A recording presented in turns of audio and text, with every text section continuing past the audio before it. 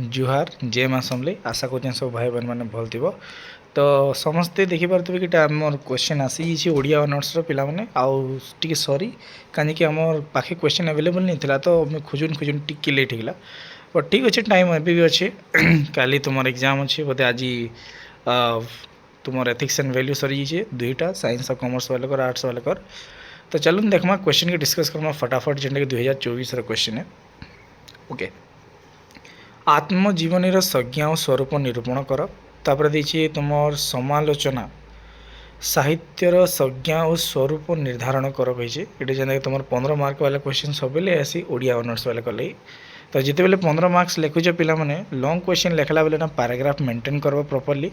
आउ क्वेश्चन जेन पचर से हिसाब से तुम डेफिनेशन वगैरह देकर तार एग्जांपल देकर तुम लिखब है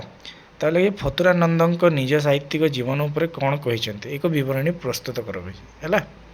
तापर लगे मो फुटा डंगार कहानी अवलंबन फतुरानंद डाक्तरी स्कूल जीवन उपर आलोकपात कर ओके भुवनेश्वर बेहरा दिल्ली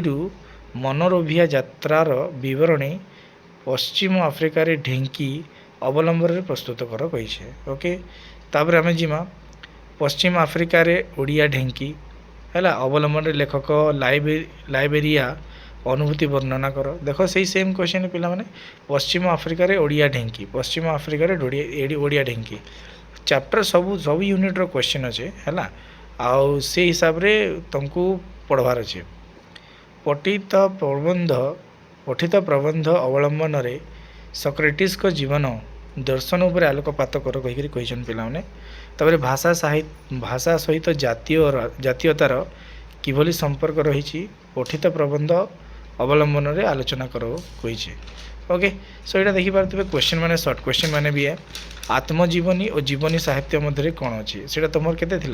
15 गुणन 4 थी ना 15 गुणन 4 मैंने 60 आईटा तुम 20 मार्क्स सो आत्मजीवनी और जीवनी साहित्य मध्य मौलिक प्रभेद कौन तापर दिखाई भाई मैंने आत्मजीवनी रचना मूल उद्देश्य कौन मनीष क्यों क्यों कारण देश विदेश भ्रमण करी है ग्रीक कृतिकास शब्दर अर्थ कौन है फतुरानंद को मूल नाम कौन थिला तांको पितांको नाम लेख है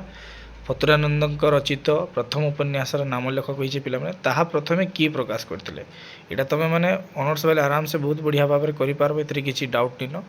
तब देखिए साहित्य ओडिया साहित्यर गोष्ठी बद बेले तरुण गोष्ठी को क्यों मैंने प्रतिनिधित्व करुले जिते बेले गोष्ठी निर्माण कराला पे तापरे लेखक निज जीवन को फुटा डंगा बोली कहीं फुटा डंगा कहाँ कहन बोली से करब लेखक दिल्ली लाइब्रेरिया क्यों बाट दे जाइए दिल्ली लाइब्रेरिया जीवाई किन बाट देके जाइए कही तब लेखक निज को ढेंकी बोली कहीं कहते पश्चिम आफ्रिकार ओडिया ढेंकी ना तो निजे के से ढेंकी कहीं कहते बोली से बरणी देव तो लाइब्रेरिया गणराज्य केतोटी काउंटी रे विभक्त होता और काउंटी मुख्य को कौन कह जाए तापर पे देख लाइब्रेरिया गठन गणराज्य गणतंत्र चालीचलन और भाषा आदि रे कहीं अमेरिका प्रभाव अधिक तो देखिए सक्रेटिस विरुद्ध रे क्यों क्यों अभियोग थिला भारतीय धर्म और दर्शन क्या जीवन श्रेय दे बोली कहते पे लास्ट क्वेश्चन है क्यों देश में अनेक भाषाभाषी लोक अवस्थापना करुले मध्य इंग्राजी को राष्ट्रभाषा भाव में ग्रहण करने को बाध्य कराए तार विषय पूरा बरणी देव तो ठीक अच्छे भाई बहन मैंने जल्दी से जल्दी आहरी क्वेश्चन मान को भी डिस्कस करार अच्छे तो किन किन ऑनर्स क्वेश्चन दरकार ये मत सांगे सांग जल्दी से जल्दी तुम मैंने रिप्लाई कर।